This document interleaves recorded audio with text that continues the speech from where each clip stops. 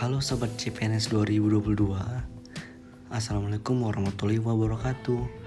Perkenalkan, nama saya Muhammad Legi Chandra, peserta Latsar CPNS tahun 2022 PPSDM Provinsi Sumatera Utara, Angkatan 46 Kelompok 3. Nah, kali ini saya akan membahas tentang manajemen aparatur sipil negara pada agenda 3, yaitu kedudukan dan peran PNS dalam Negara Kesatuan Republik Indonesia. Manajemen aparatur sipil negara, yaitu pengelolaan ASN untuk menghasilkan pegawai ASN yang profesional, memiliki nilai dasar, etika profesi, bebas dari intervensi politik, bersih dari praktik korupsi, kolusi, dan nepotisme. Manajemen ASN ini lebih menekankan kepada pengaturan profesi pegawai sehingga diharapkan agar selalu tersedia sumber daya aparatur sipil negara yang kedudukan atau status jabatan PNS dalam sistem birokrasi selama ini dianggap belum sempurna untuk menciptakan birokrasi yang profesional. Nah, untuk kedudukan ASN sendiri, pegawai ASN berkedudukan sebagai unsur aparatur negara yang menjalankan kebijakan yang ditetapkan oleh pimpinan instansi pemerintah serta harus bebas dari pengaruh dan intervensi semua golongan dan partai politik. Berdasarkan jenisnya, pegawai ASN terdiri dari pegawai negeri sipil atau yang disingkat dengan PNS dan pegawai pemerintah dengan perjanjian kerja atau yang disingkat dengan P3K. Selanjutnya, peran ASN. Peran ASN yaitu perencana, pelaksana, dan pengawas penyelenggaraan tugas umum pemerintahan dan pembangunan nasional melalui pelaksanaan kebijakan dan pelayanan publik yang profesional, bebas dari intervensi politik, serta bersih dari praktik korupsi, kolusi, dan nepotisme.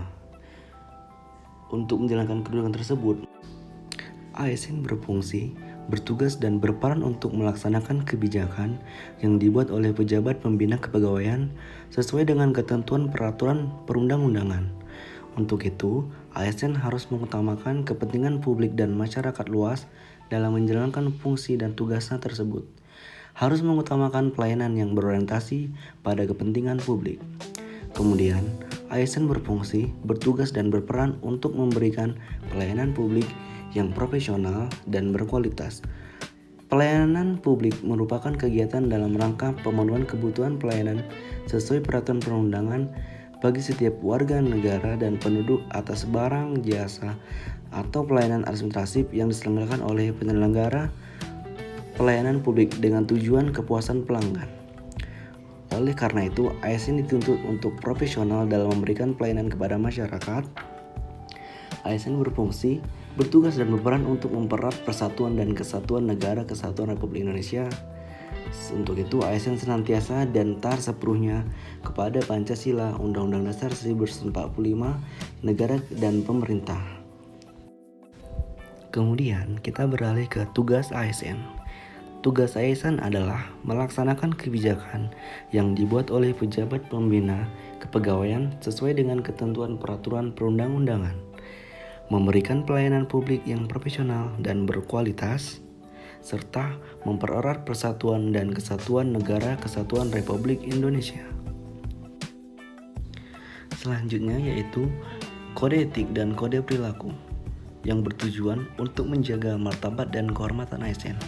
Adapun fungsi kode etik ASN yang pertama adalah sebagai pedoman, panduan birokrasi publik atau aparatur sipil negara dalam menjalankan tugas dan kewenangan agar tindakannya dinilai baik. Yang kedua, sebagai standar penilaian sifat, perilaku, dan tindakan birokrasi publik atau aparatur sipil negara dalam menjalankan tugas dan kewenangannya, dan juga berfungsi sebagai etika birokrasi penting sebagai panduan norma bagi aparat birokrasi dalam menjalankan tugas pelayanan pada masyarakat dan menempatkan kepentingan publik di atas kepentingan pribadi, kelompok, dan organisasinya. Dan pembahasan yang terakhir adalah konsep sistem merit dalam pengelolaan aparatur sipil negara.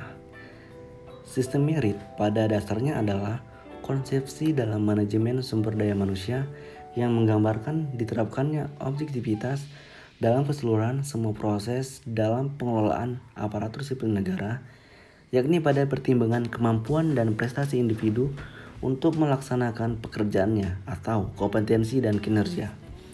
Objektivitas ini dilaksanakan pada semua tahapan dalam pengelolaan SDM. Dan pengelolaan SDM itu termasuk yaitu rekrutmen, pengangkatan, penempatan, dan promosi jabatan. Oke, baiklah teman-teman semua, sekian pemaparan dari saya. Saya Muhammad Legi Chandra, mohon pamit dan undur diri. Assalamualaikum warahmatullahi wabarakatuh. Sampai jumpa.